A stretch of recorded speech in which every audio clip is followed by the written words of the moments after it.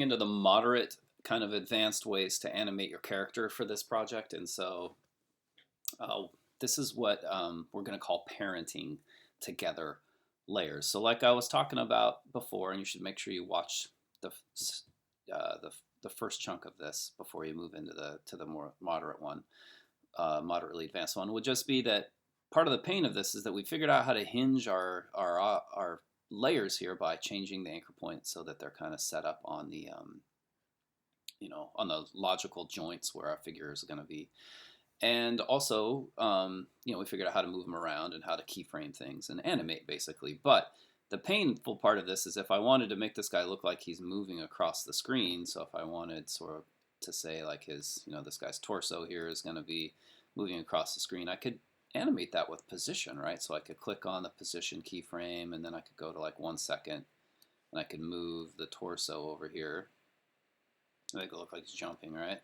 But then I'm going to have to animate all of the other pieces of this so that they keep up with that torso, which is going to look awkward because I'm not going to be able to do it quite the same way, probably. So what I probably want to do is figure out is there some way I could cluster, like join all of these things together. It's almost like you tie them together with string or with brackets or something. And there is a way to do that in After Effects, which is pretty great, and it's called parenting. And so this little button over here that if you don't see it, you might have to kind of bring it up in here just by clicking on this and looking around for the different pieces and parts. Also, you can find things if you're missing them here under Window.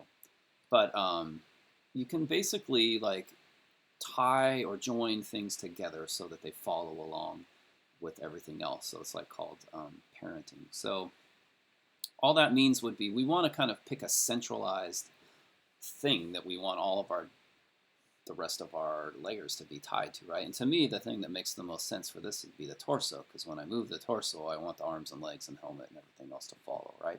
So that's going to be like our main thing. And so what I want to do is I want to click here, and this little like kind of looks like a spiral, and I'm just going to click and drag it over and drop it onto the torso. And so now you'll see that changes. It tells me the parent of leg 2 is the torso, right? And I'm going to do the same thing here where I'm going to move leg 1 to the torso.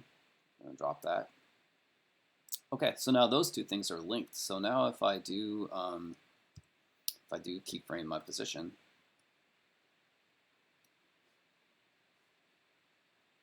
and I just move the torso, you see, oh man, those legs follow along. That's slick.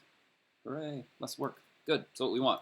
So, so that's really great. So I can just kind of link together the rest of my character here. And you got to kind of think of it like a puppet, right? You're like linking all the joints of the puppet together.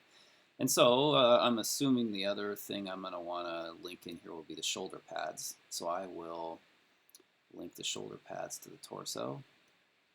And maybe the helmet will go to the, I'll put the helmet to the shoulder pads, right?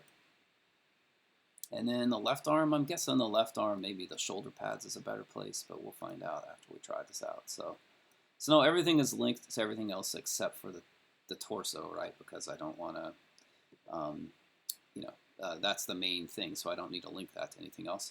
So if I click the position, drop the keyframe there, and then I move the torso, let's hope it all follows. Oh wow, look at that, it does. Check it out. So now like my whole character's like, hey, I'm flying through the air. So that is an easy way to move this guy now, right? And so it just means that if I want to like make him look like he's jumping, and then I want to make the arms look like they move, well, I could just go to, again, if I hit the keyboard shortcut R to give me rotation, I can drop a keyframe, right? And then I can go to this spot and rotate that arm out like that, and then go to this one, and I can do the same thing again. I want to go back here to where I want to begin, drop a keyframe, and then put that arm out there like that. So now, he's kind of flying through the air, right, with his arms, outstretched. So we could have him jump off the screen, whatever we want, but the torso is kind of the main sort of like sort of skeleton, if you want. It's like the spine and the rib cage of the rest of our skeleton, and everything else is attached to. So it's pretty great, if I go here to the helmet and I want to animate something funny, like just, the rotation on that helmet or something like that, I can keyframe that and, go halfway through and rotate it a little, and then go halfway through again, and I'll rotate that back. And everything is kind of still staying together, right? It's just all lined up. So, I hit, it's going to do its thing. And if I don't like the timing of it, I can always stretch it all out and move things around. And so that's the basics of how we can make your puppet, your sort of character here, do something on the screen. You can kind of play around with the movement. So this is great. It's really useful. There's a lot of good pieces and parts that you can play around with from all of this.